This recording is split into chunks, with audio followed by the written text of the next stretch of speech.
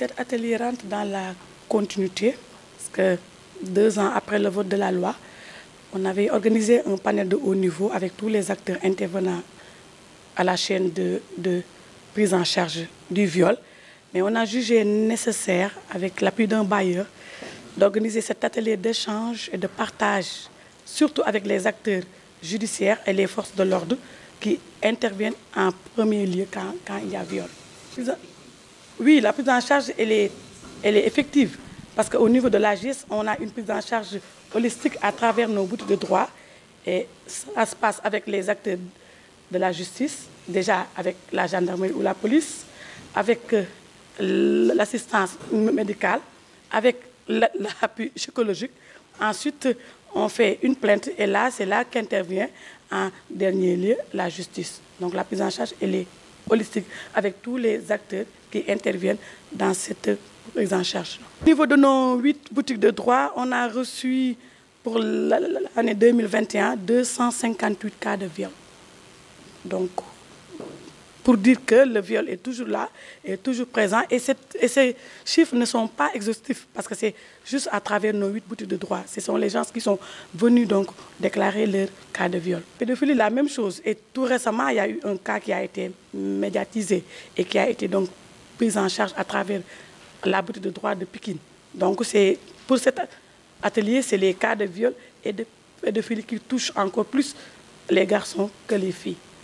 Oui, il y a toujours les pesanteurs socioculturelles, mais on note vraiment un petit avancement parce que les gens ont l'habitude maintenant, quand il y a cet acte de viol ou de pédophilie, vraiment d'aller dénoncer. Et nous, à travers les boutiques de droit, on reçoit beaucoup de personnes et les violences sexuelles vraiment constituent une part non négligeable. Donc ça veut dire que même s'il y a un travail à faire, les gens ont maintenant la tendance de dénoncer et de faire un signalement. Le viol et la pédophilie sont devenus un crime. Maintenant, les procédures ont changé. On ne parle plus de flagrant délit, mais de juge d'instruction.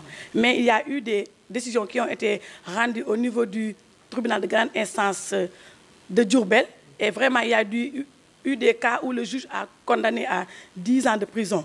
Donc, pour l'instant, on ne peut pas encore parler de bilan, mais les décisions qu'on a eues sont satisfaisantes à notre niveau.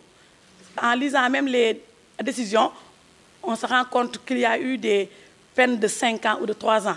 Alors que la loi dit qu'on ne peut pas condamner en dessous de 10 ans. Donc là aussi, il y a problème. D'où cet atelier-là, vraiment, pour sensibiliser tous ces acteurs-là sur l'importance d'appliquer la loi avec sa stricte vocation. D'où l'importance vraiment de cet atelier-là, parce qu'on veut les sensibiliser sur l'importance de ces PV. Parce que cela joue un rôle prédominant dans un procès, surtout en matière de viol. En ce qui concerne les PV, quand on est entendu à la police, on vous fait la lecture de ce que vous avez dit. Est-ce que vous avez dit ça? Est-ce que c'est ça? Et vous êtes oui, on vous dit vous signez. Donc quand on fait une déclaration et que le PV a déjà été mentionné, moi je pense que c'est la déclaration de la personne qui a été entendue qui est dans le PV. Maintenant, nous, à notre niveau, nous, on sensibilise, on fait des échanges parce que c'est des corps qui sont là et on travaille beaucoup avec eux.